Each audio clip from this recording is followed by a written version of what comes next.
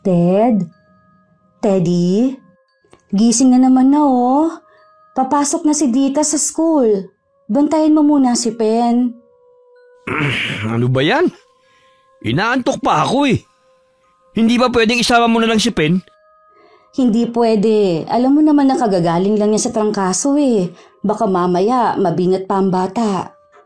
Pambirang buhay ito. Minsan na nga lang matulog dito sa bahay, aabalahin pa talaga. Kay Ate Che ko sana iiwan si Pen. Kaso hindi pa siya umuuwi mula pa kahapon eh. Saan ba kasi nagpunta yung kapitbahay natin? Ang alam ko, dinalaw ang mga magulang na nakatira sa bahay ng kapatid niya. May magulang pa pala ang babaeng yun? Oo naman. Ano naman ang akala mo sa tao? Ang mabuti pa, tumayo ka na dyan. Kainis naman talaga oh.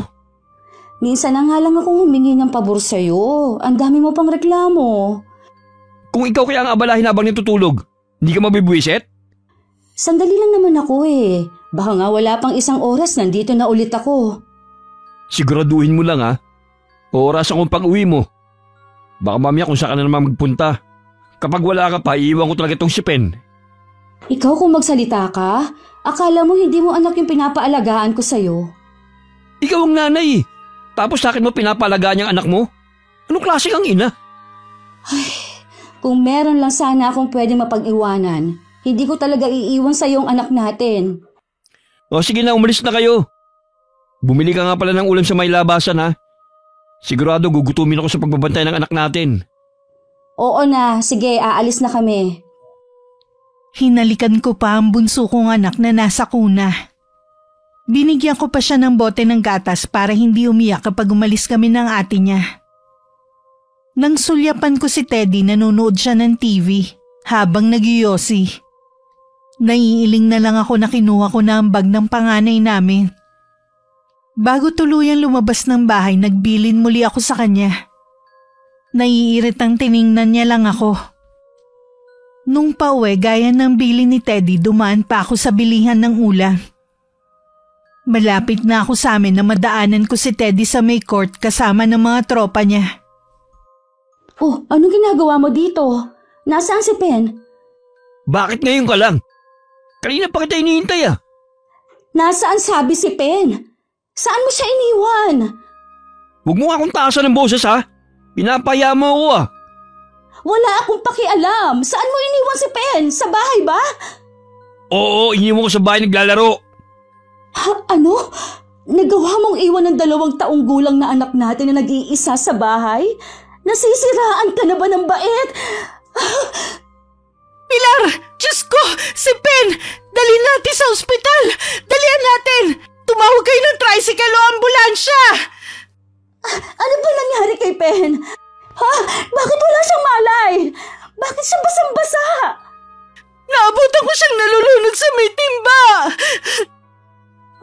Ano ka mo? Ang anak ko!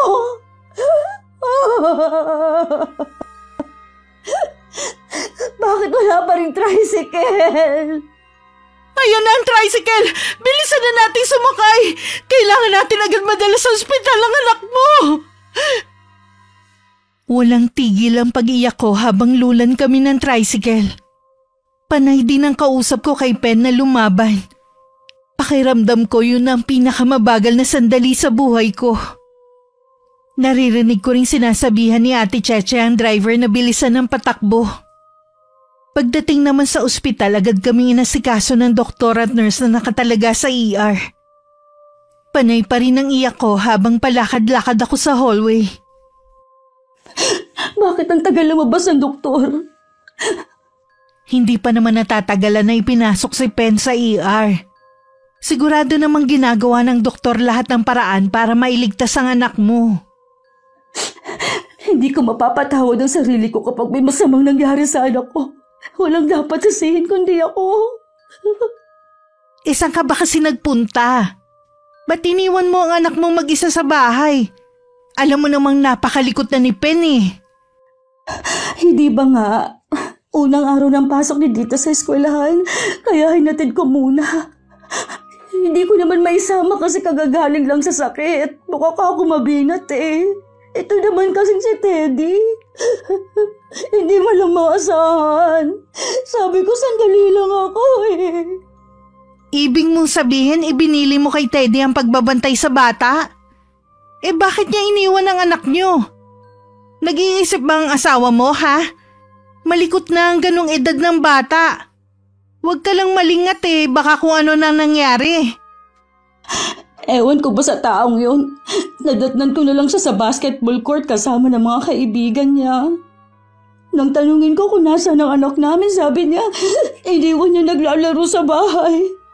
Tapos ngayon wala siya. Parang baliwala lang sa kanya ang nangyari Hindi ko lang nga siya naalala kanina eh. Sobrang taranta ko. Pasensya ka na sa sasabihin ko, ha? Sa lahat ng lalaki, ang asawa mo ang pinakawalang kwenta.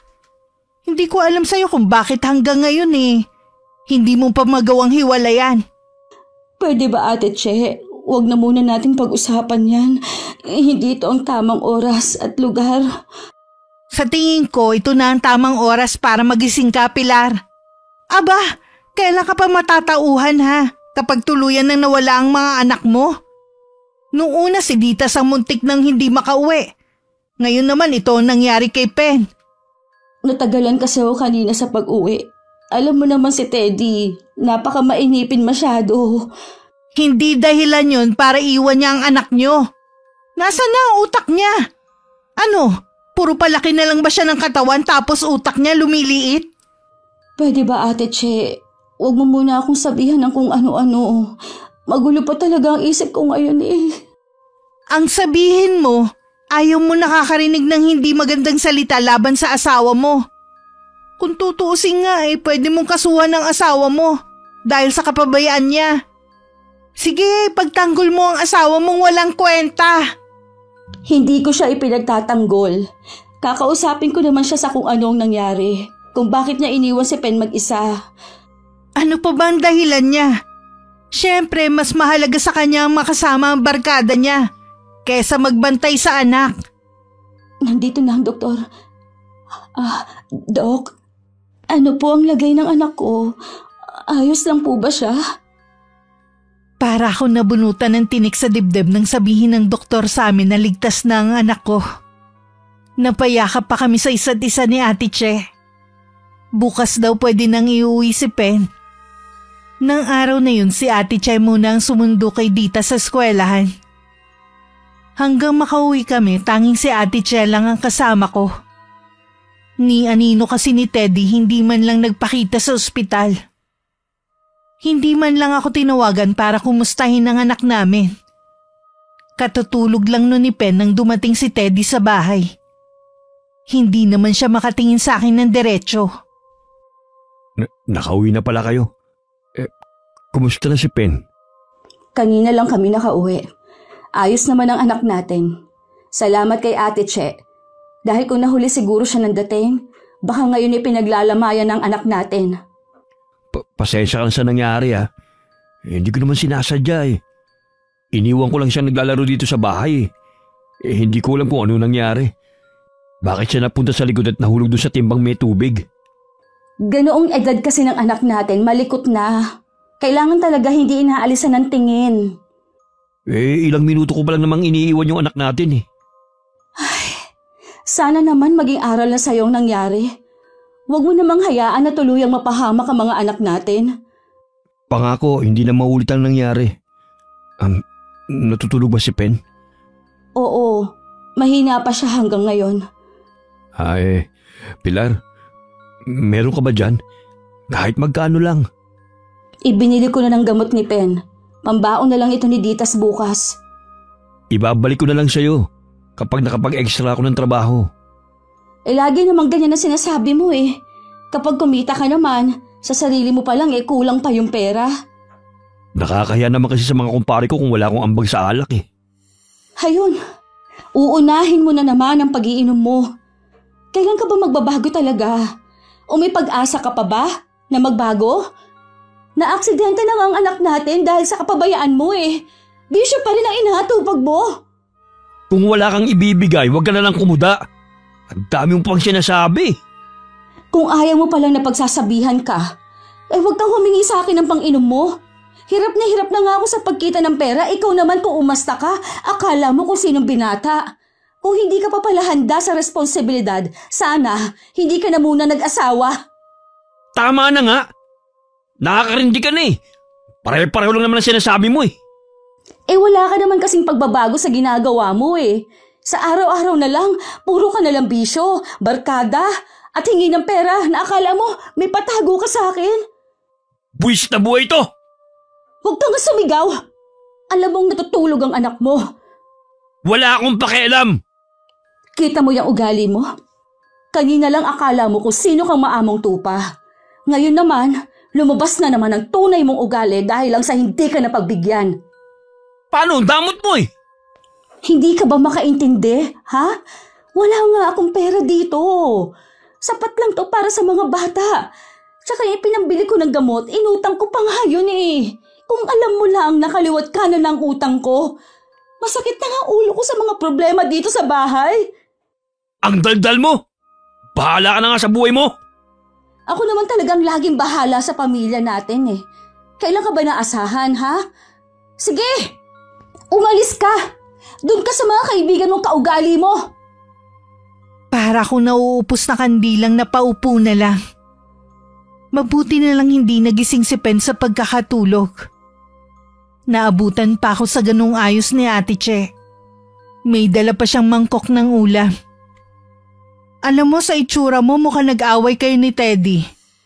Ano, pinagsabihan mo ba siya sa nangyari kay Pen? Oo, pero hindi yun ang pinagbulan ng pagtatalo namin. Siguro humingi na naman ng pambili ng alak, no? Nakita ko kasi sila nagkukumpulan ng mga tropa niya sa labas eh. Hindi na yata magbabago pa ang asawa ko. Gusto ko na talagang sumuko sa ugali niya. Lagi naman ganyan ang sinasabi mo eh. Isa pa lang ang anak niyo, bukang bibig mo na yan. Sa totoo lang eh, nakakapagod ka ng pagsabihan. Kaya lang hindi naman kita matiis eh. Naku, pasensya ka na, Teha.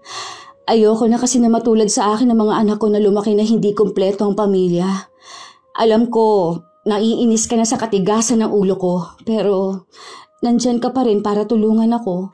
Sobrang laki ng utang na loob ko sa'yo, lalo na itong pagkakaligtas mo kay Pen. Naiintindihan naman kita sa bagay na yan. Kaya lang hindi lang kasi ikaw ang nahihirapan eh. Pati ang mga anak mo. Kapag nakalakihan kaya nilang ganyan ang tatay nila, sa tingin mo kaya magkakaroon sila ng amor sa kanya? Masasayang lang ang ginagawa mo na manatiling kumpleto ang pamilya mo. Kung tutuusin kaya mo namang buhayin ng mga anak mo. Naguguluhan talaga ako, Te. Pero pag-iisipan ko ang mga sinabi mo. Ang mabuti pa kumain ka na muna. May dala kong ulam para sa inyo ng mga bata. Nasaan nga pala si Ditas? Nasa kapitbahay, nakikinood ng TV. Ihahatid na lang daw mamaya ni Aling Salve. Kumain na rin naman yon kanina kaya kapag hinatid siya mamaya, matutulog na lang. Isa pa yung TV nyo. Imbis na merong napapanooran si Ditas ibinenta ng asawa mo para may pang-inom. Hindi man lang niya naisip na mahirap magpundar ng gamit lalo't mag-isa ka lang naghahanap buhay. Isa pa nga yan sa inaalala ko dahil sa malimit kong pag-absent sa trabaho. Ito, natanggal na ako. Ay, baka bumalik na naman ako sa paglalako ng merienda. Ang mahalaga, nakakaraos kayong mag-iina. Kung wala rin akong ginagawa, pwedeng mong iwan sa akin si Pen. Sa totoo lang, Ate Che, nahihiya na ako sa'yo. Pero ganun na nga ang gagawin ko para makapagtrabaho ako. Sino pa bang magtutulungan? Kundi tayo-tayo lang din magkakapit bahay. Balang araw, makakabawi din ako sa'yo. Ang dami ko ng utang sa'yo Huwag mo munang isipin ng pagbawi. Hindi naman ako naghihintay ng kapalit sa mga nagawa ko sa inyo Maiba nga pala ako. Di ba may mga kapatid ka at buhay pa naman ang tatay mo? Bakit hindi ka sa kanila humingi ng tulong?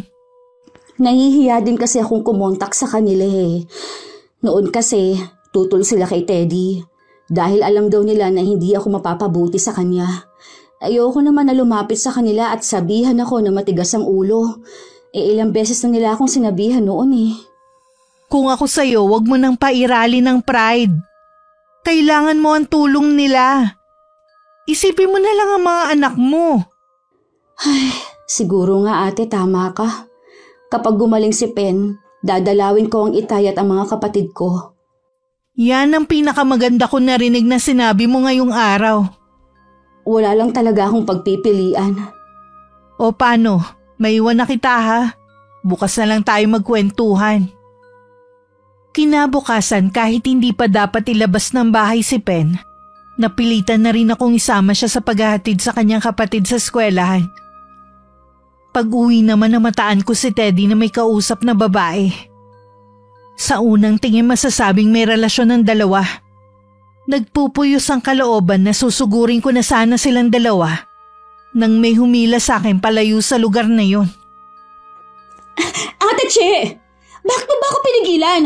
Nilalandi ng ibang babae ang asawa ko! Alam ko, hindi naman ako bulag eh. Kaya kita pinigilan dahil alam ko na ikaw na naman ang agrabyado kung sakali. Anong gusto mo gawin ko? Panoorin lang ang paglalampungan nila. Para ka namang bago ng bago dyan sa asawa mo eh. Ilang beses na ba siya ng babae ha? Ikaw lang naman tong martir eh. Bakit ba napakamalas kong tao? Hindi na ako maubos-ubusan ng problema. Walang taong malas. Minsan kasi ang mga nangyayari sa atin, bunga ng mga maling desisyon natin sa buhay. Oo na! Puro mali na lang ang desisyon ko sa buhay. Aminado naman ako eh. Ang mabuti pa umuwi na muna tayo sa bahay ko. Doon tayo mag-usap. Akin na muna si Pen. Baka mamaya mabitiwan mo pa ang bata. Ayoko na talaga, Ate Che. Pagod na ako. Iiwan ko na si Teddy. Bahala na siya sa buhay niya. Susuportahan kita sa plano mo. Hindi ko na rin kasi kayang nakikita kayo nahihirapan ng mga bata eh. Ihahatid ko pa kayo sa pupuntahan ninyo. Sana lang mapanindigan mo na hindi na bumalik sa asawa mo. Hindi na talaga, ate. Magsama na lang sila ng babaeng yun o kung sino mang babae ang gusto niyang kasamahin. Ang bigat mo, Pen. Kaya pala nangangayayat ang nanay mo sa pagbuhat sa iyo eh. Nagtataka siguro tong anak mo kung bakit nandito kayo ngayon sa bahay imbes na umuwi kayo sa inyo. Maupo muna kayo. Ikukuha kita ng maiinom. Mabuti na lang wala tayong nakasalubong ng mga tsismosa sa daan. Walang magtatanong kung bakit ka umiiyak. Sa totoo lang, wala na akong pakialam sa kanila eh.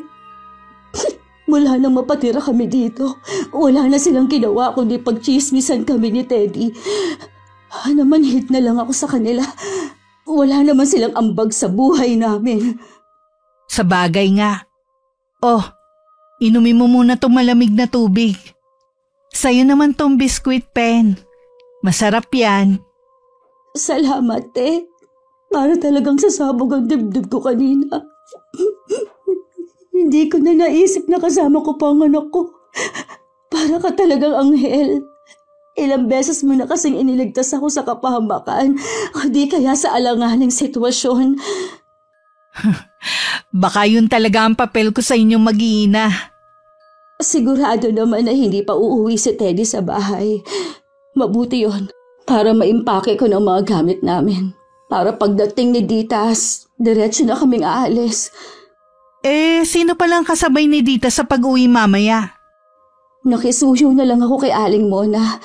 Magkaklase kasi si Ditas at ang apo niya. Alam niya kasi nakagagaling lang ni Pen sa ospital. Huwag ko na raw pagurin ng bata. Kahit walang niya ang asawa mo, bumawi ka naman sa mga kapitbahay nating mga mababait at maaasahan talaga. Wag mo nang isama ang mga tsismosa ha. Iwan mo na lang muna dito si Pen.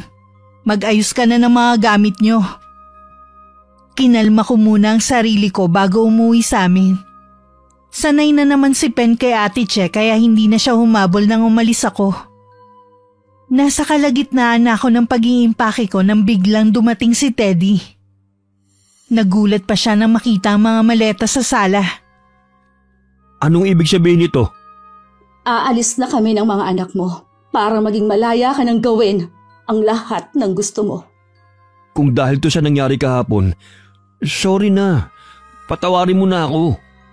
Hindi lang yun, kundi ang pati ang pakikipagharutan mo sa ibang babae. Hindi mo na ako binigyan ng kahihiyan. Dito pa talaga, sa mismong lugar natin. Hindi kita maintindihan eh. Huwag ka nang magmaang-maangan pa. Kitang-kita ko kanina kung paano ka makipaglampungan sa ibang babae. Yung kanina palang sinasabi mo. Wala lang yun. Binigyan mo naman kaagad ng mali siya eh. Huwag mo na akong gawing tanga. Buti sana kung hindi mo pa ulit-ulit na ginagawa sa akin to. Nakakapagod ka na. Lahat na ng masamang ugali, nasa'yo na. Alam mo naman pala ang ugali ko eh. Bakit pinagtiyagaan mo pa rin ako? Nakikisama lang ako sa'yo dahil sa mga bata. Dahil ayokong lumaki sila na hindi buo ang pamilya gaya namin magkakapatid. Kaya lang, nakakapagod ka ng kasama sa buhay. Sige, umalis ka! Nagsasawa na rin naman ako sa walang tigil mong pagbubunganga. Araw-araw lang ba naman? Kaya wala na akong pakialam sa inyo. Siguraduhin mo lang na hindi na kayo babalik dito. Hindi na talaga. Maghanap ka na lang ng babaeng tatanggap sa pagiging batugan mo. Talaga bang desidido ka na sa desisyon mo? Oo naman. Total, wala namang pagbabago sa'yo. Hindi biro na mag-isa magpalaki sa mga bata. Kaya sana naman mag-isip ka muna kung itutuloy mo ang pag-alis. Kahit naman nandyan ka di ba? Mag-isa ko pa rin namang pinalalaki ang mga anak ko. Alam ko na ikaw ang mas pagod sa pag-aalaga sa kanila. Pero nakakatulong din naman ako sa'yo kahit papano . Kahit ano pang sabihin mo, buo na ang desisyon ko. Hindi mo na ako mapipigilan pa. Kilala kita, Pilar. Magpapakapagod ka lang sa pag-aaral sa balutan. Tapos babalik ka rin naman dito. Itaga mo pa sa bato. Hindi na kami babalik ng mga anak mo dito sa impyernong bahay mo. Grabe ka naman magsalita. Akala mo naman hindi naging pugod ng pagmamahalan natin ang bahay na ito? Pwede ba? Iwan mo na lang ako. Inaabala mo ko Itinuloy ko na lang ang ginagawa kong paglalagay ng huling mga damit sa bag.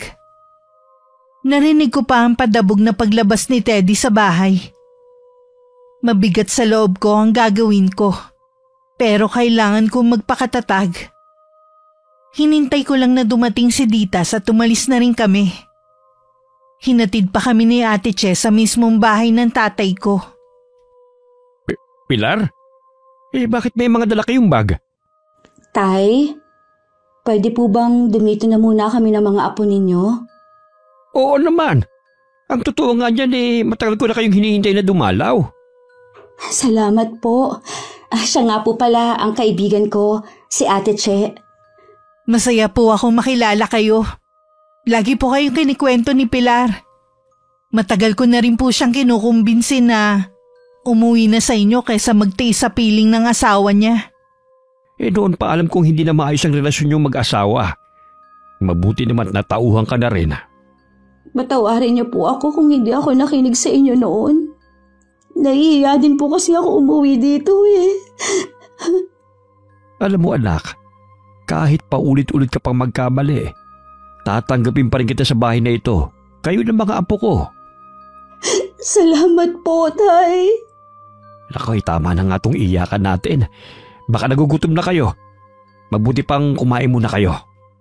Naku po, kanina pa po kami nagugutom Sakto lang kasi ang dala naming pera. Tamang-tama, maraming nilang ulam si Renz kanina. Mga tira sa handa niya kahapon. Ay, oo nga po pala. Birthday niya kahapon. Kumusta na po pala sila ng pamilya niya? Ayos naman sila. Maupo na muna kayo rito. Iinitin ko lamang yung mga ulam. Sandali lang naman to Maraming salamat po, Mang Teban. Mabuti na lang po napilit ko si Pilar na umuwi na dito. Para na nga akong sirang plaka sa kakasabi sa kanya Nagpapasalamat din ako na nakatagpo ng mabuting kaibigan ng anak ko habang malayo kami sa kanya ng mga kapatid niya. Naging mabuti rin naman pong kaibigan sa akin si Pilar. Kumain na muna kayo. Akin na muna si Pen. Ako na lang muna ang magpapakain sa kanya. Sige na Ditas Apo, kumain ka na. Mamaya ay makipaglaro ka sa mga pinsan mo ha.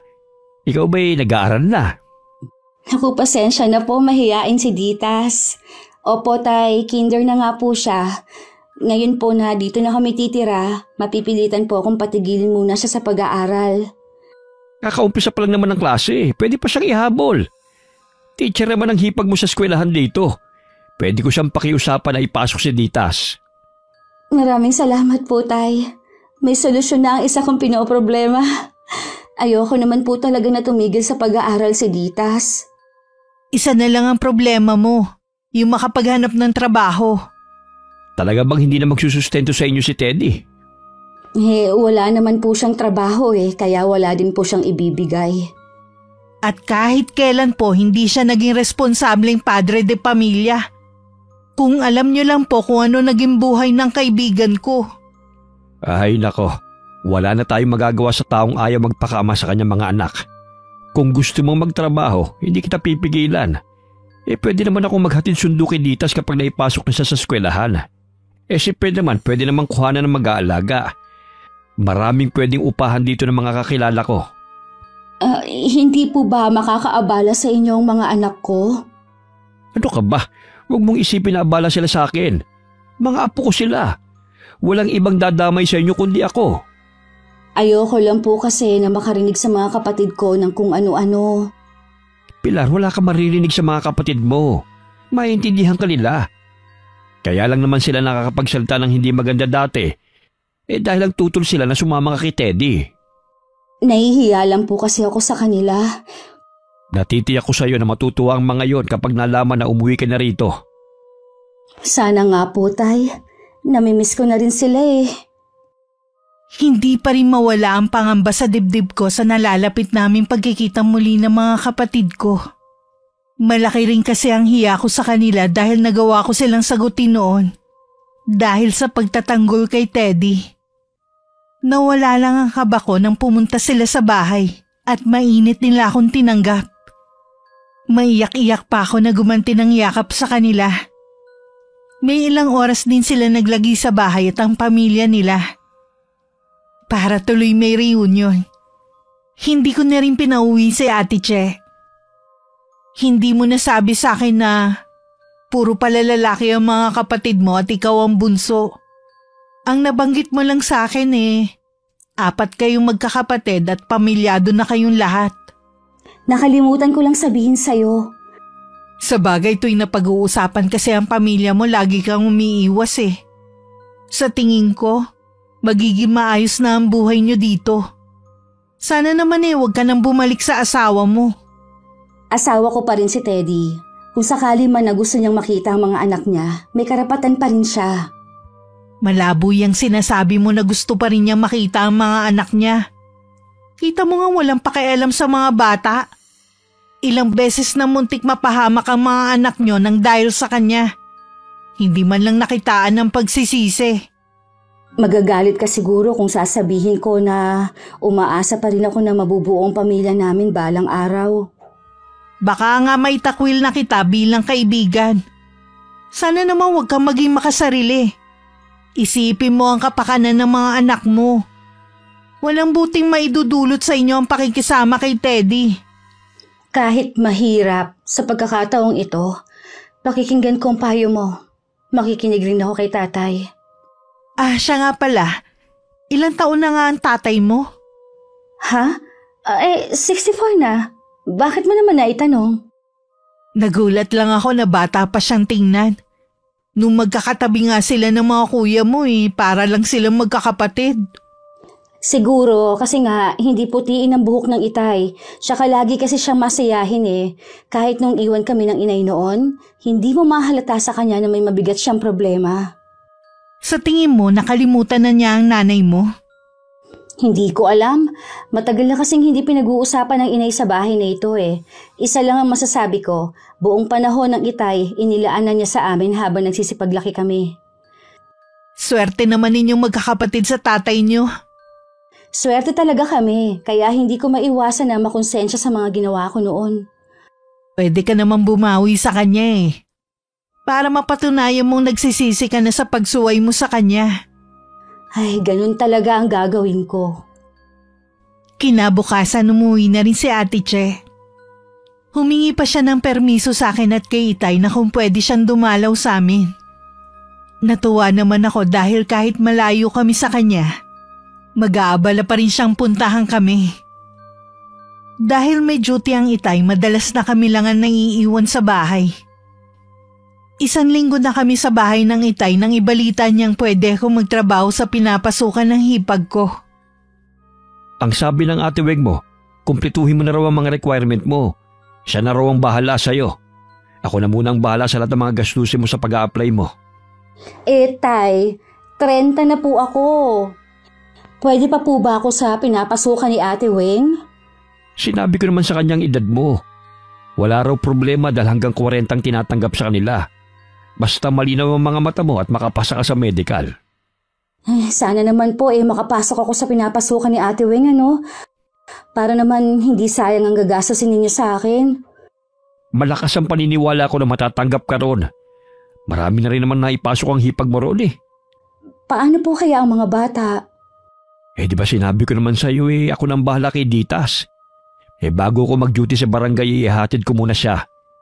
Tungkol kay Pen naman, maaaring mag-alaga si Tesing na kapitbahay natin. Subok na siya sa pag-aalaga at talagang mabait sa mga bata. Maraming salamat po, Tay, ha? Anak, hindi mo kailangan magpasalamat.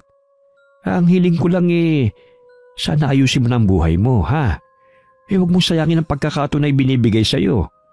Hindi lahat nabibigay ng pangalawang pagkakataon. Opo, Tay. Bukas na bukas din mag-asikaso ka na ng mga kailangan mo. Wala naman akong duty bukas sa barangay Ngayon ko lang po napagtanto na hindi naman ako ganun kamalas. Wala namang taong malas Isipin mo na lang na pagsubok lang ang nangyayari sa'yo. Ngayon nalampasan ko na. Sana naman puro magaganda naman ang mangyari sa amin ng mga anak ko. Manalig ka lang sa make-upal at lahat ang ihilingin mo ibibigay sa'yo. Naging mabilis ang pangyayari sa buhay naming mag-iina. Kung nanatili siguro kami sa piling ni Teddy, siguro hanggang ngayon nagtitiis pa rin kami ng mga anak ko.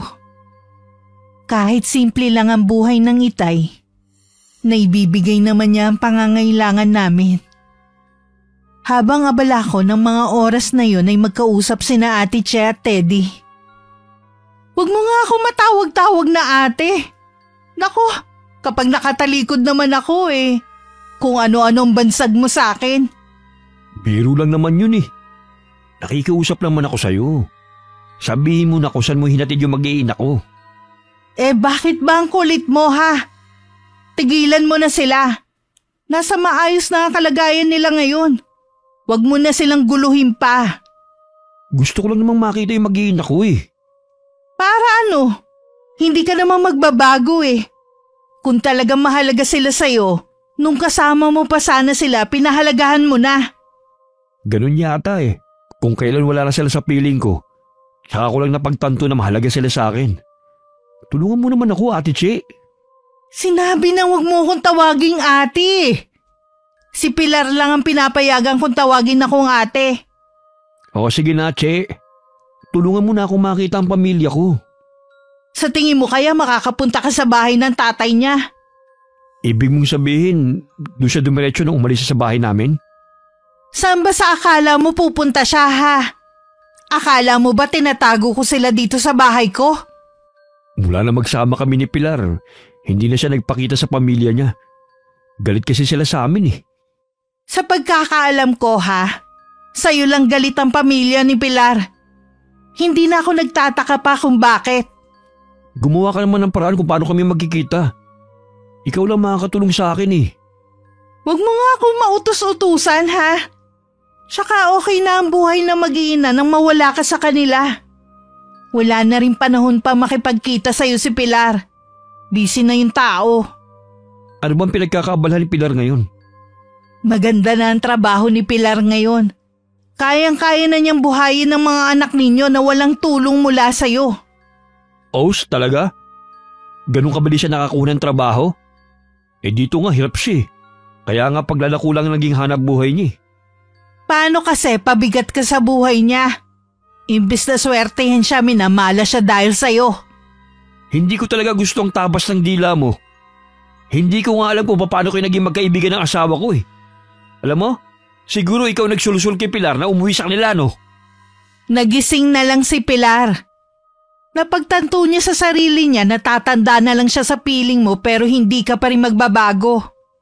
Iniisip din niya ang kinabukasan ng mga anak niya. Papasok na ako sa loob kung wala ka ng kailangan. Inaabala mo ko sa ginagawa ko eh. Teka lang. Kainis namang babae yun. Hindi ako papayag na miserable ang buhay ko samantalang maayos ang kay Pilar. Kailangan makagawa ko ng paraan para makipagbalikan siya sa akin. 3 buwan na ako sa pinapasukan kong trabaho. Masasabi kong naging mabuti sa amin ng Panginoon. Dahil binigyan niya ako ng pagkakataon na maayos ang buhay naming mag-iina. Muli rin kaming dinalaw ni Ate Che. Ayoko mang mag-usisa tungkol kay Teddy pero dahil namimiss ko na rin siya, nagtanong na rin ako. Bakit kailangan mo pang itanong ang asawa mo? Huwag mong sabihing namimiss mo siya. Oo naman, kahit papaano meron naman kami pinagsamahan ng tao at siya pa rin ang ama ng mga anak ko. Hindi ko alam kung totoo ba ang pinapakita niya. Pero mukhang nagbago siya kahit papaano. Paano nagbago? Hindi na kasi siya nakikipagbarkada ngayon. Meron na rin siyang trabaho. Totoo ba yan? Hindi nga rin ako makapaniwala eh. Pero ako mismo nakakita ng pagbabago niya. Pero sa ngayon inoobserbahan ko pa kung totoo nga ang pagbabago niyang yun. Mukhang nakatulong sa kanya ang pag-alis ninyo. Sana nga tuloy-tuloy ng pagbabago niya. Para din naman sa kanya yun eh. Oo nga. Kailan pa niya balak magbago pag puti ng uwak? Salamat nga pala te ha. At sinabi mo yan sa akin. Alam ko rin naman kasi na gusto mo rin makibalita sa kanya. Sino ba naman ako para ipagdamot ang bagay na yun? Maiba nga pala ako. Meron sana akong gustong sabihin eh. Mabuti nang sa akin manggaling. Ano yung sasabihin mo? Bigla mo naman akong pinakaba. Kasi, lagi kasi kami magka-chat ng tatay mo. Sana wag mo mamasamain ha? Yun lang ba? Akala ko naman kung ano na yung sasabihin mo eh. Kaya pala wala nang tigil ang itay sa pagsi-cellphone niya. Tapos sabi ni Ditas, lagi daw may ka-video call. Ikaw lang pala. Masaya kasing kausap ang itay mo eh. Wala namang problema sa akin. Matagal na namang hiwalay ang mga magulang ko eh. Mabuti nga yung nababaling ng atensyon ng itay sa ibang babae. Magkaibigan lang naman kami ng tatay mo. Doon na rin yun papunta. Masaya ako para sa inyo ng itay. Hindi na ako mag-aalala kay itay kung sakali. Nalulungkot din nga ako na lagi lang siyang mag-isa sa bahay eh.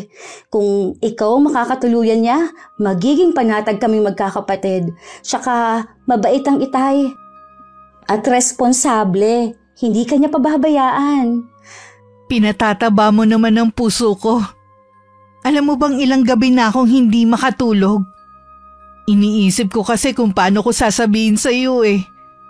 Nai-imagine ko pa na baka bigla mo kong umbagin. Para kang sira. Kung noon ka pa nagsabi, hindi ka sana napuyat ng ilang gabi. Oo nga no. Kahit pa paano ngayon hindi na ako kakabakaba tuwing dadalaw sa inyo. Mula nga nun, mas napapadalas na ang pagdalaw ni Ate Che sa bahay namin. Nakitaan ko naman ng kakaibang sigla ang aking ama. Wala namang problema sa mga kapatid ko kung sakaling mag-aasawa muli ang itay. Isang araw paglabas ko sa trabaho nakaabang na sa akin si Teddy. Anong ginagawa mo dito? Kanina pa kita hinihintay. Mabuti lumabas ka na. Hindi mo pa sinasagot ang tanong ko. Ano ang ginagawa mo dito? Saka paano mo nalamang dito ako nagtatrabaho? Nadulas lang si Chen nung sabi niya kung saan ka pumapasok. Pinuntahan kita rito at nagtiyagang maghintay para kausapin ka. Sa tingin ko, wala na tayong dapat pang pag-usapan. Matagal na tayong tapos. Tahimik na kami ng mga anak mo, kaya wag mo na kaming guluhin pa. Matagal na ako nagsisisi sa ginawa ko sa inyo. Pilar, nakikiusap ako sa'yo. Bumalik na kayo sa akin. Sa tingin mo kaya ganun lang kadali yun? Ha? Sa tagal ng pagtitiis namin sa'yo, parang bangungot nang bumalik sa piling mo. Inaayos ko na ang buhay ko. Matagal na rin ako may trabaho. At higit sa lahat, umiiwas na ako sa barkada. Di ba yun naman ang gusto mo? Ang iwasan ko masamang impluwensya sa akin. Lahat ng ayaw mong ginagawa ko dati, iniiwasan ko na. Mabuti naman kung ganon. Para din naman kasi sa ikabubuti mo yun eh. Pilar, nakikiusap ako sa'yo. Bigyan mo ako ng isa pang pagkakataon para mabumuli ang pamilya natin. Pangako, magiging mabuting asawa at ama na ako ng 2 nating anak. Pasensya ka na ha, pero hindi ganun kadali ang hinihingi mo. Nangako rin ako kay Itay na hindi na ako makikipagbalikan sa'yo. Hindi ko siya pwedeng suwayin. Ang Itay ang tumulong sa akin para maging maayos muli ang buhay naming mag-iina kahit hindi ka namin kasama. Masusundin mo pa ba ang tatay mo kaysa mabuo ang pamilya natin? Akala ko ba ayaw mo maranasan ng mga anak mong pinagdaanan mo na hindi kompleto ang pamilya? Totoo naman, pero mas okay na hindi buong pamilya kesa naman miserable ang buhay namin sa piling mo. Nagmamakaawa ako. Nabigyan mo pa ako ng isa pang pagkakataon. Sabihin mo kung anong dapat kong gawin para mapatawad mo lang ako. Matagal na kitang pinatawad, alang-alang sa mga anak natin. Pero hindi ibig sabihin nun makikipagbalikan na ako sa'yo. Alam kong mahal mo pa ako. Siguro iniisip mo ngayong may trabaho ka na. Mas higit ka nang nakakalamang sa akin. Sa bagay, kumpara sa trabaho ko ngayon, wala man lang ako sa kalingkingan ng trabaho mo.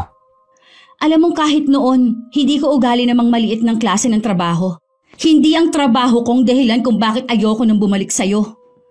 Sabihin mo nga sa akin, meron na ba akong kapalit sa puso mo? Huwag mo nga akong itulad sa'yo ha, na kahit pamilyado na, nagagawa pa rin mang babae. Priority ko ang mga anak natin, kaya ako naghahanap buhay para sa kanila dahil wala naman ako maaasahan sa'yo. Pasensya ka na, Pilar. Hindi ko lang maiwasan na magselos eh. Lalo't hindi ko naman alam ang ginagawa mo. Nagtatrabaho ako. Yan ang itanim mo sa isip mo. Kailangan ko na umuwi. Hinihintay na kasi ako ng mga anak natin eh. Nangako ako sa kanila na kapag maaga ako makakauwi, ipapasyal ko naman sila. Pilar, hindi ako susuko sa panunuyo sa'yo. Desidido ako mabuo muli ang pamilya natin. Hindi ako makapaniwalang tototohanin ni Teddy ang mga sinabi niya. Kilala ko siya na puro salita lang at kulang sa gawa. Kaya nang makita ko siya nag-aabang na naman sa akin sa labas ng pinapasukan ko, nagulat talaga ako. Ano na naman ang ginagawa mo dito? Sabi ko naman sa'yo hindi ako susuko hanggat hindi kayo bumabalik sa akin ng mga bata. Pabayaan mo na kami ng mga anak natin. Hindi na kami babalik sa'yo. Kahit araw-araw ka pang tumambay dito sa labas ng pinapasukan ko.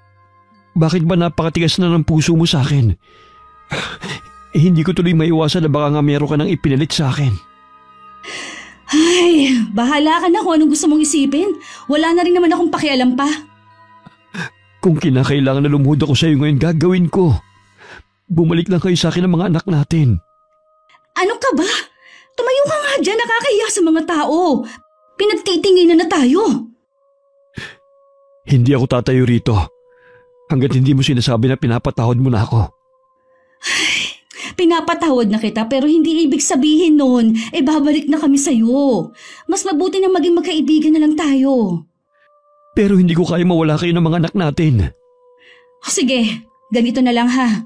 Tatawagan na lang kita kapag nakapagdesisyon na ako. Sa ngayon, wag mo muna akong kulitin. Umaasa ako na tatawagin mo kagad ako, Pilar. Oo naman. Sige na, umuwi ka na muna.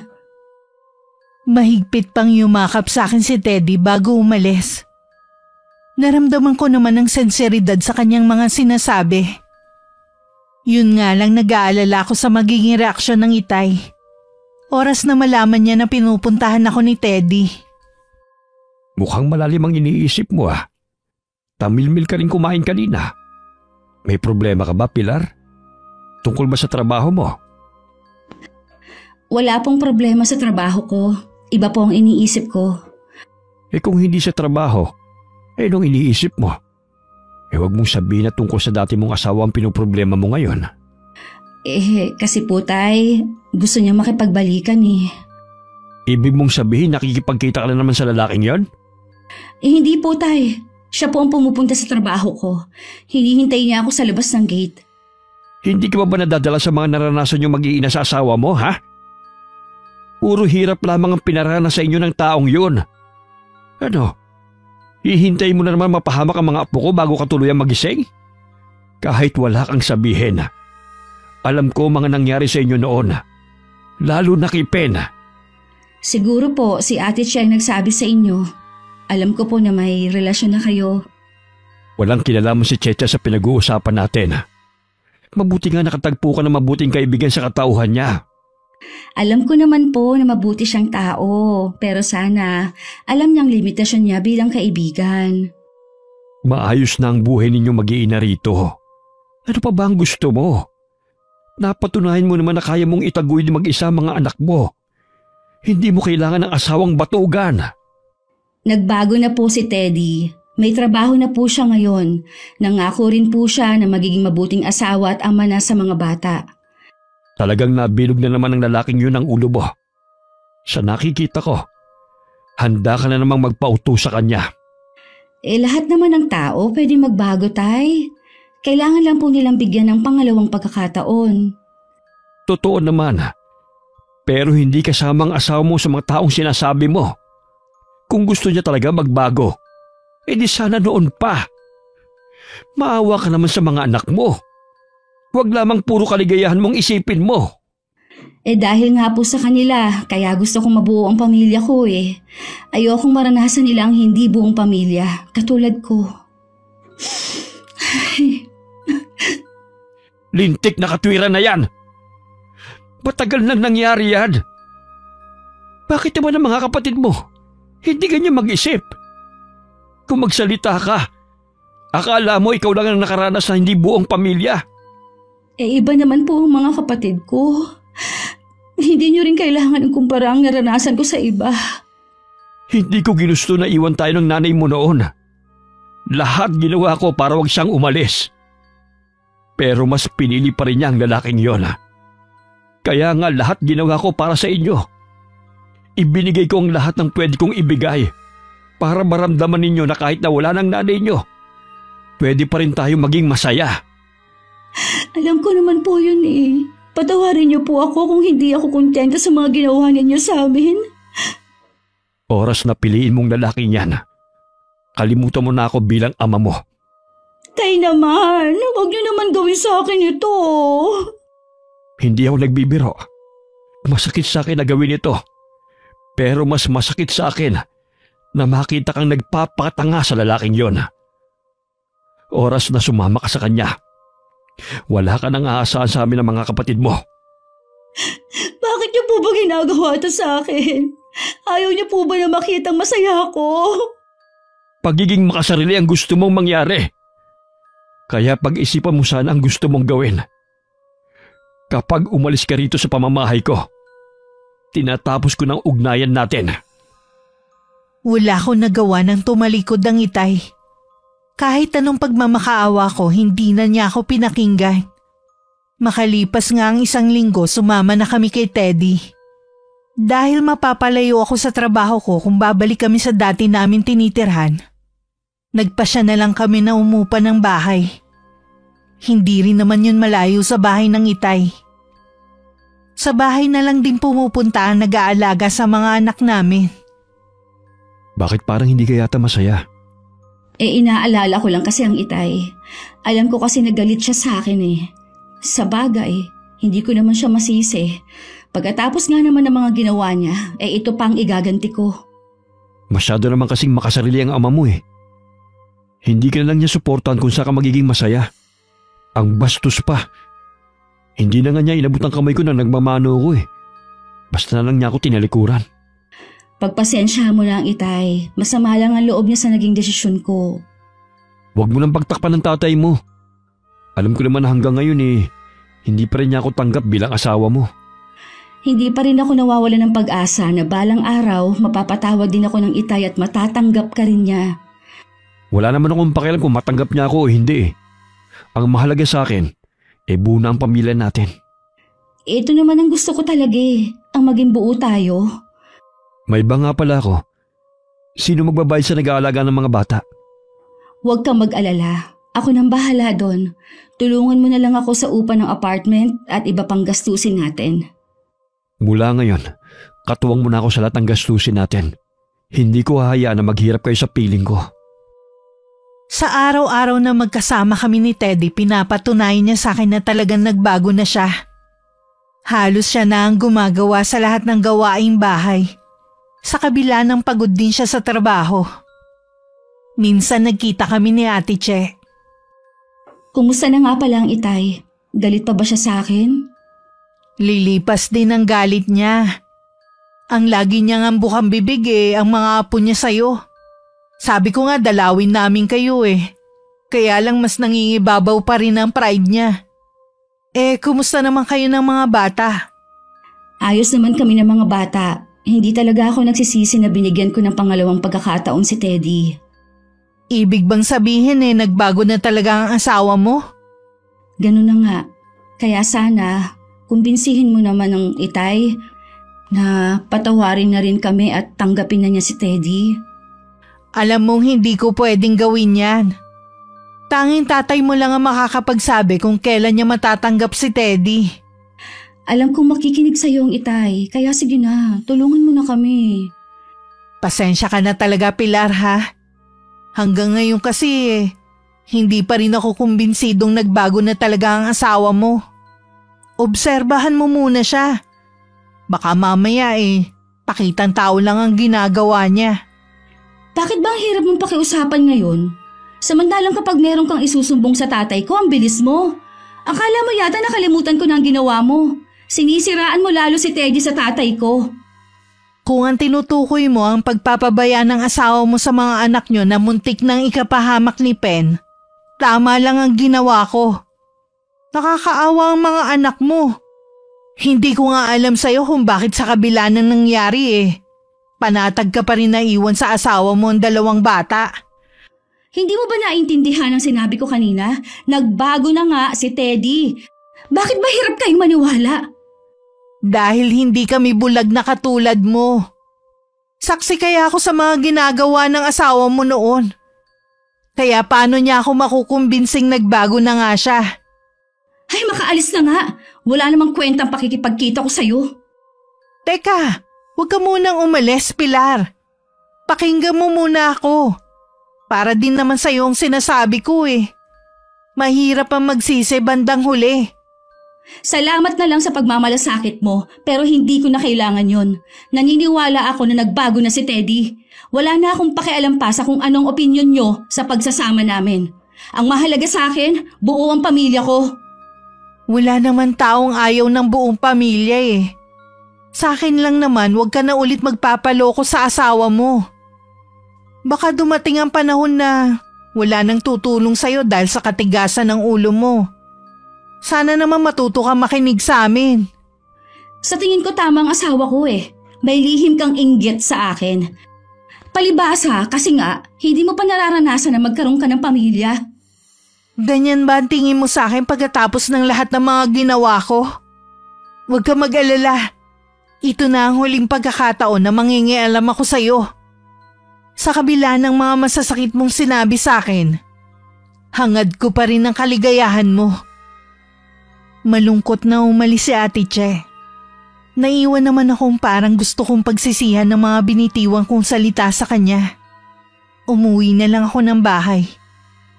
Nadatnan kong may luto ng pagkain at malinis na rin ang bahay. Dahil sa nakita ko, agad na nabura ang mga alalahanin ko. Nagluto na talaga ako dahil alam ko maaga kang uuwi. Gusto mo bang ipagtimpla kita ng kape? Wag na. Nagmerienda kasi ako kanina eh. Ang mga bata nga pala. Nanonood ng TV si Dita sa kwarto. Si Pen naman kanina patulog. Gusto mo bang masahihin kita? Mukhang pagod ka eh. Gusto ko sana kaso baka malate ka sa trabaho mo. Ay, may sasabihin sana ako sa'yo eh. Wala na akong trabaho eh. Ha? Bakit naman? Akala ko ba maayos ang trabaho mo? Yun din ang akala ko eh. Kanina tumawag ang katrabaho ko. Kasama raw ko siya natanggal. Pero huwag ka mag-alala. Kinuusap ko na yung isang kaibigan ko. Tatawagin raw niya ako kapag may bakante sa kanila. Pansamantala ako na lang muna ang bahala sa bahay at sa mga bata. Mas maigi pa nga siguro na ikaw na lang ang bahala sa mga bata para makatipid ako sa pagbabayad sa nag-aalaga. Salamat ha. Hindi ka nagalit nang malaman mo na wala na akong trabaho. Bakit naman ako magagalit? Hindi mo naman kasalanan kung nawalan ka ng trabaho. Tsaka, maghahanap ka naman ng trabaho, di ba? Oo naman. Pwede bang pabayaan na lang kita sa mga bayarin sa bahay? O ano, maghahain na ba ako? Sige, tatawagin ko lang si Ditas para sabay-sabay na tayong kumain. Nang mga sumunod na linggo, hindi pa rin nakakahanap ng trabaho si Teddy. Tingin ko hindi naman talaga siya nagpupursige na maghanap. Unti-unti na rin bumabalik ang dati niyang ugali. Hanggang nagtalo kami dahil nadatnan kong si Ditas lang ang nagpapatahan sa kapatid niya habang siya prenteng nagse-cellphone sa sofa. Hindi mo ba naririnig na umiiyak ang anak mo? Nakakabulaho na sa kapitbahay. Malayo pala naririnig ko na ang iyak. Pinababantayan ko siya kay Ditas. Ito kasing anak mo hindi maasahan eh. Bakit kasi kailangan mong iasa sa anak natin? Anong malay niya sa pagpapatahan ng kapatid? Napapagod din ako dito sa bahay. Hindi naman ako yaya ng mga yan para lagi mong asahan sa pag-aalaga. Sino naman ang gusto mo magbantay, ha? Kayo lang naman na nandito sa bahay eh. Tsaka, huwag ka magreklamo na napapagod ka. Mas pagod ako sa pagtatrabaho. Ano? Susumbutan mo na naman ako dahil wala akong trabaho, ha? Ang yabang mo. Porke magandang trabaho mo. Mas bagay naman sa'yo maging tindera kaysa sa trabaho mo ngayon. Huwag mo nang ipaalala ang pagiging tindera ko nung araw dahil wala na akong balak-balikan ng dati kong buhay. Ang yabang mo na talaga ngayon? Hoy, kahit anong gawin mong ayos sa sarili mo, mukha ka pa rin tindera. Losa ka pa rin sa paningin ko. Hayop ka? Hindi ka pa rin pala nagbabago. Tama nga sila. Bakit pa hindi ako nakinig sa kanila? Hanggang ngayon kasi, ang dali mo pa rin mauto. Sinasabihan ka na nila eh. Ayaw mong makinig. Tinalikuran ko na naman ang pamilya ko para sa'yo. Ha? Tapos ito lang pala. Ha? Ito lang pala ang mapapala ko sa'yo. Wala ka nang magagawa pa. Nasa maayos ka ng kalagayan eh. Pinili mo pa rin na maging miserable ang buhay mo. Ang mabuti pa umalis ka na dito. Iwan mo na kami ng mga anak ko. Hindi ako aalis dito. At subukan mo rin magsumbong. Sisiguruhin ko na hindi mo na makikita mga anak mo. Kilala mo ko, Pilar. Alam mo kung anong kaya kong gawin. Muling bumalik ang dati kong buhay. Pagod sa trabaho at pag-uwi sa bahay ako pa rin ang gagawa. Gustuhin ko mang bumalik sa tatay ko, alam ko na hindi na niya ako tatanggapin. Alam ko kasing masaya na sila ni Ate Che. Nagsasama na kasi sila ngayon. Wala na tuloy akong ginawa kundi ang umiyak dahil sa kapalpakan ko sa buhay. Lingid sa akin, lagi pa rin kaming naaalala ng Itay. Gusto mo bang dalawin natin ang mga apo mo? Alam ko namimiss mo na sila. Bakit kailangan pang tayong pumunta sa kanila? Dapat si Pilar ang pumunta rito. Alam mo namang may trabaho ang anak mo. Tsaka, syempre nahihiya yun magpakita sa'yo. Matigas din ang ulo niya katulad ng nanay niya. Ako pa ba na ama niya ang lalapit sa kanya? Puro kasi pride ang pinapairal mo. Hindi mo ba pwedeng isang tabi muna yan alang-alang sa mga apo mo? Mahal ko mga apo ko. Gusto ko sana na dito na lamang sila sa atin. Pero alam ko naman na hindi papayag si Pilar. Gusto ko rin kasi malaman ang tunay nilang kalagayan. Lalo na walang trabaho si Teddy. Akala ko ba may trabahong lalaking yon? Kausap ko kanina yung kapitbahay namin dun sa dati naming tinitirhan. Sabi niya hindi na daw nagtatrabaho ngayon. Ibig sabihin lang nun, si Pilar na lang ang may trabaho. Ginusto niya ang batugan niyang asawa. Nasa maayos na siyang kalagayan. Bumalik na naman siya sa mahirap na buhay. Kahit nagmamatigas ka ng ganyan, alam ko nag-aalala ka pa rin kay Pilar dahil anak mo siya. Kahit matigas ang ulo. Oo naman. Pero gusto kong siyang lumapit sa atin at hindi tayo. Sige na nga, hindi na ako makikipagtalo pa sa'yo. Pero isa sa mga araw na to pupunta ako sa tinutuluyan nila ha. Away-bati na naman kami ni Teddy. Bumalik na rin ang pagiging tamad niya sa bahay. Puro bisyo na naman ang inaatupag niya. Pati mga anak namin napapabayaan na niya. Ilang beses din akong pinatawag ng teacher ni Ditas. Noon ko lang nalaman na hindi na pala pumapasok ang bata. 2 linggo na palang hindi pumapasok ang anak natin. Kung hindi pa ako pinatawag ng teacher niya, hindi ko pa malalaman. Hindi ko nga maaasikaso ang paghahatid sa bata. Kinder pa lang naman yan Pwede namang sa 1 taon na. O di kay papasukin mo na ng diretso sa grade 1. Ano bang pinagkakaabalahan mo at hindi mo magawang ihatid si Ditas ha? Kahit kailan talaga, hindi ka maaasahan. Marami nga akong ginagawa dito sa bahay. Katulad ngayon, kailangan kong balikan yung bahay natin. Ang sabihin mo, meron ka na namang babaeng kakatagpuin. Pwede ba tumigil ka na? Naririndi na ako sa iyo Kung gusto mo na hindi umabsent yung anak mo, di ikaw maghatid sundo. Alam mo may trabaho ako. Anong gusto mo, hatiin kong katawan ko? Bahala ka na kung anong gagawin mo. Pero hindi mo na ako maaasahan sa bagay na yan. Saan ka pupunta? Hindi pa tayo tapos mag-usap. Kailangan ko ngang umuwi sa dati nating bahay. Diyan ka na nga. Wala ko nagawa kundi magngit-ngit na lang ang kalooban. Tinanong ko rin si Ditas kung bakit hindi nagsusumbong sa akin. Sinabihan daw siya ng ama na ibibigay sa nangunguha ng bata kapag nagsumbong sa akin. Mabigat man sa dibdib ko, napilitan na rin akong patigilin sa pag-aaral si Ditas. Kailangan ko rin kasing kumayod. Bakit ang bilis mong umuwi? Nakita mo bang mga apo ko? Oo, kasama nila si Teddy na umalis. Hindi ko alam kung saan papunta ang mag-aama. Malamang si Pilar ay pumasok kaya si Teddy nag-aalaga sa mga bata. Nag-aalala ako sa mga bata Sa tingin ko kailangan nating kumbinsihin si Pilar na ibigay na muna sa atin ang mga anak niya. May nangyari ba? Nagtanong-tanong kasi ako sa mga kapitbahay nila doon. Matagal na palang pinatigil ng anak mo sa pag-aaral si Ditas. Madalas din daw nilang naririnig na umiiyak si Pen. Mukhang napapabayaan lang ni Teddy Kwento pa nga ng mga kapitbahay madalas wala ang ama. Madalas din daw ipadlak ang mga bata sa loob ng bahay. Diyos ko po ang mga apo ko. Bakit hinahayaan lang ni Pilar na mangyari yun sa mga bata? Baka hindi rin kasi alam ni Pilar. Kaya kailangan natin siyang kausapin. Napakatigas din kasi ng ulo ng batang yon. Kinaladkad pa niya sa hirap ang mga apo ko. Oras na may masamang nangyari sa mga bata, pareho ko silang hindi mapapatawad. Bukas na bukas din pupuntahan ko si Pilar sa trabaho niya para kausapin. Sana naman makumbinsi mo siya. Kung wala lang akong duty bukas, sasama sana ako Ako rin naman, kaya gagawa tayo ng paraan. Salamat sa pagmamalasakit mo sa mga apo ko mula pa noon, kahit hindi mo sila kadugo.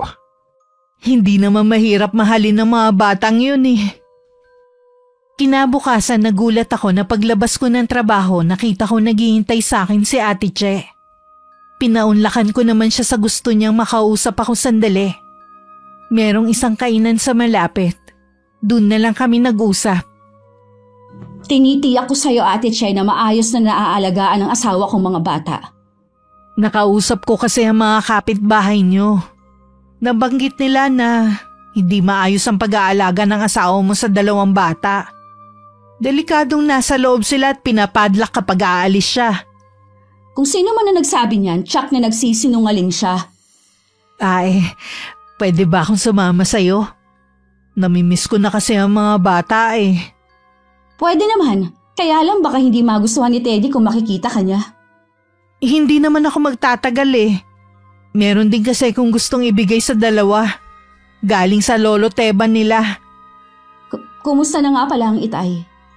Maayos naman ang kalusugan niya. Yun nga lang eh, medyo nalulungkot siya dahil lagi niyang inaalala ang mga apo. Ganon din naman sina Ditas at Pen. Lagi nilang bukang bibig ang lolo nila. Sana naman eh, mapagbigyan mo ang itay mo na minsan makasama niya ang mga apo. Kahit ilang araw lang sa bahay. Hindi kasi ako pwede na ako lang ang magdesisyon sa bagay na yan. Tatanungin ko muna si Teddy kung papayag siya. Sana naman eh, makumbinsi mo siya na pumayag. Mabuti pang umalis na tayo. Tsak na hinihintay na ako ng mga anak ko. Habang pauwi sa bahay, may kabang bumundol sa akin. Pagkababa sa jeep, mabilis na ako naglakad na pinagtaka ni Ate Che. Malayo pa lang kita na namin na nagkakagulong mga tao habang natataranta sa pag-apula sa apoy. Parang may pakpakama pa ako na mabilis na nakalapit. Pero hinarangan kami na makalapit sa bahay na nasusunog. Bahay namin yan! Nasaan ang mga anak ko? Ditas! Pen! Mga anak ko! Diyos ko! Sana naman wala sa loob ang mga bata! Bilisan niyo ang pag-apula. Bakit ba nasunog ang bahay namin? Ha? Pilar, bakit nasusunog ang bahay natin? Saan ka ba nagpunta, ha? Ikaw dapat na tinatanong ko kung bakit nasusunog ang bahay natin. Teddy! Nasa sila Ditas at Pen? Nasaan ang mga anak natin? Nasaan sila? Ha? Hindi ko sila kasama. Anong hindi mo sila kasama? Nasaan sila? Nasaan ang mga anak ko? Sumagot ka! Diyos ko! Huwag mo sabihing iniwan mo sila sa loob ng bahay! Sa di kalayuan narinig namin ang sigaw ng bumbero na nakuha na ang 2 bangkay ng bata. Ang mga sumunod na pangyayari ay hindi ko na namalayan dahil nagdilim na ang paningin ko.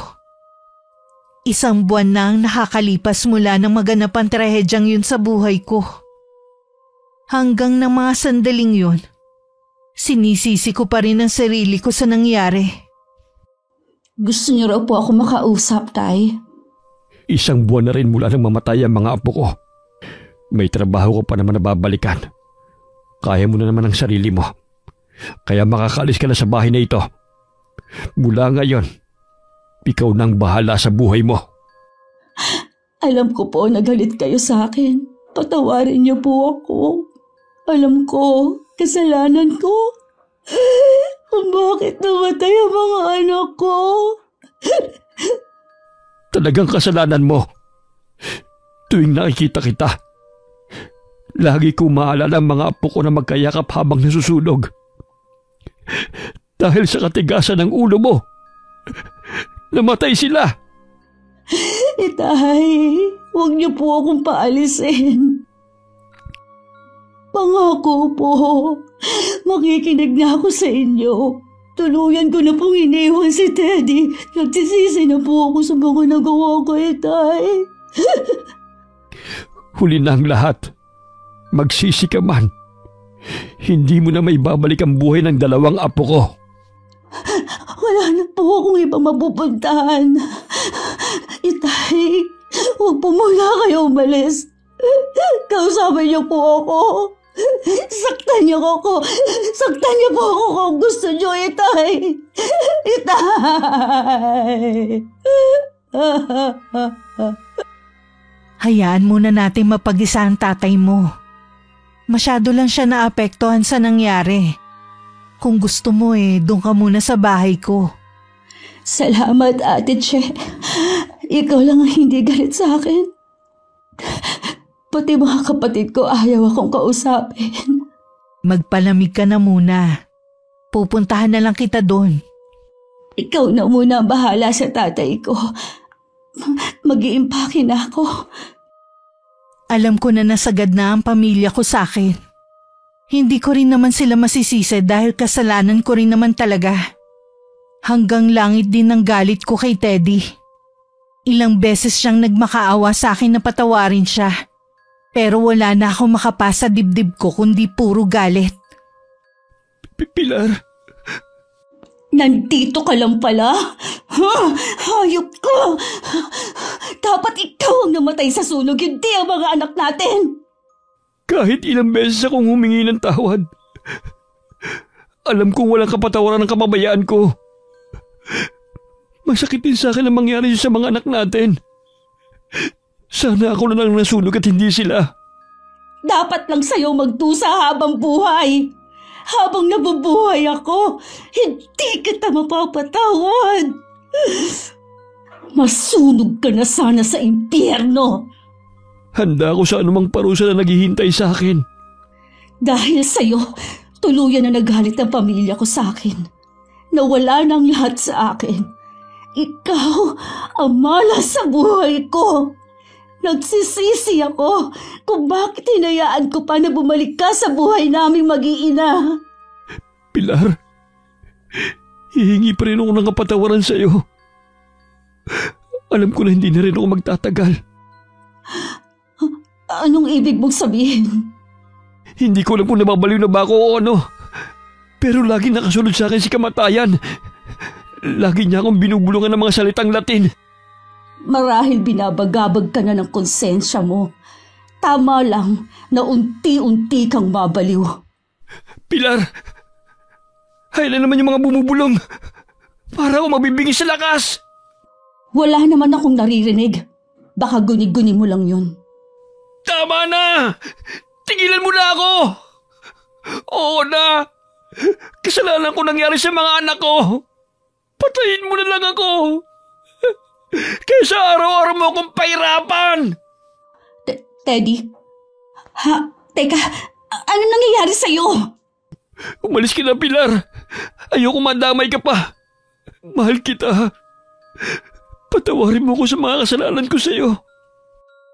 Sa mismong harapan ko, bigla na lang nabuwal si Teddy. Akmang lalapitan ko siya nang biglang lumabas ang mga insekto sa bibig niya at sa ibang parte ng katawan niya. Natulala na lang ako sa nasaksihan ko. Samantala, pagkatapos ng huling inusal na orasyon ng Itay, isinara na niya ang pahina ng libreta. Banaag pa rin sa kanyang mga mata ang matinding galit para sa asawa ko. Matatahimik na rin kayo, mga apo ko.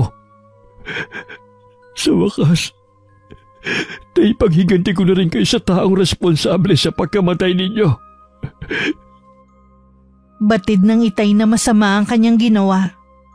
Pero nakahanda na siya sa kanyang kaparusahan. Nangako din siya sa kanyang sarili na yun na ang huling gagawin niyang pangbabarang.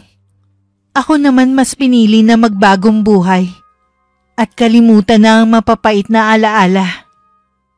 Wakas,